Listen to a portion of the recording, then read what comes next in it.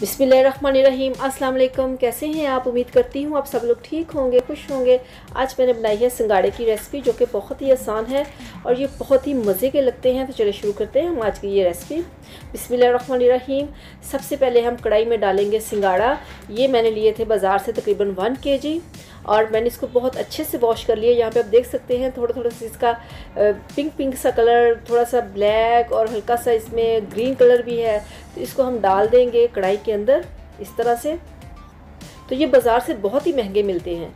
तो थोड़ा सा मैंने इसमें तकरीबन 3 से 4 टेबलस्पून पानी ऐड कर दिया और इसको हमने दम पे रख देना तकरीबन 20 मिनट। बिस्मिल्लाहिर्रहमानिर्रहीम। 20 मिनट के बाद चेक करते हैं। यहाँ पे आप देख सकते हैं माशाल्लाह इसका कलर बहुत ही खूबसूरत आया है और ये नेचुरल तौर पे ब्लैक कलर हुआ है। यहाँ पे हमने इसको चूल्हा जो ऑफ़ कर दिया है, बंद कर दिया है। तो इसको हम चम्मच के साथ हल्का हिला लेंगे, इसको ठंडा होने का वेट करेंगे।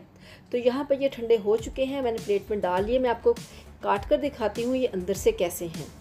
और आप देख सकते हैं इसका कलर कोई मेरे हाथों को नहीं लग रहा है, बिल्कुल हाथ मेरे साफ़ हैं और ये बिल्कुल नेचुरल कलर है। और ये मतलब भाप देने के बाद ये कुदरती तौर पे इनका ये कलर बना है। हत्ता कि जब लेकर आए थे तब इसका कलर जो था वो हल्का सा था, ग्रीन कहीं से बिल्कुल पिंक सा।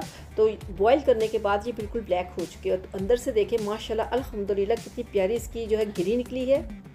तो यहाँ पे आप देख सकते हैं, मैं आपको काट के दिखाती हूँ तोड़ के। ये देखिए अंदर से कितनी खुश्क और कितनी वाइट है ये। तो इसी तरह से हम सारे जो छिलके इसके उतार लेंगे इस तरह से। ये बहुत ही मज़े के बनते हैं और ये बाज़ार से आप ख़रीदे तो ये बहुत ही महंगे मिलते हैं। तो आप कोशिश किया करें ऐसी जो चीज़ें हैं वो घर पे बच्चों को खुद बना के दिया करें और बच्चे भी इसको शौक़ से खाते हैं और बड़े भी। माशाल्लाह अल्हम्दुलिल्लाह ये बहुत ही मज़े के निकले हैं। तो चलते हैं हम इसकी फ़ाइनल लुक की तरफ। आप इसको चाट मसाला इसके ऊपर मैंने स्प्रिंकल किया है। चाट मसाला इसके साथ बहुत अच्छा लगता है। आप चाहें तो इसको केचप के साथ भी इस्तेमाल कर सकते हैं। तो अगर आपको मेरी ये रेसिपी पसंद आए तो मेरे चैनल को सब्सक्राइब कीजिएगा, वीडियो को लाइक कीजिएगा, दुआओं में याद रखिएगा। अल्लाह हाफ़िज़।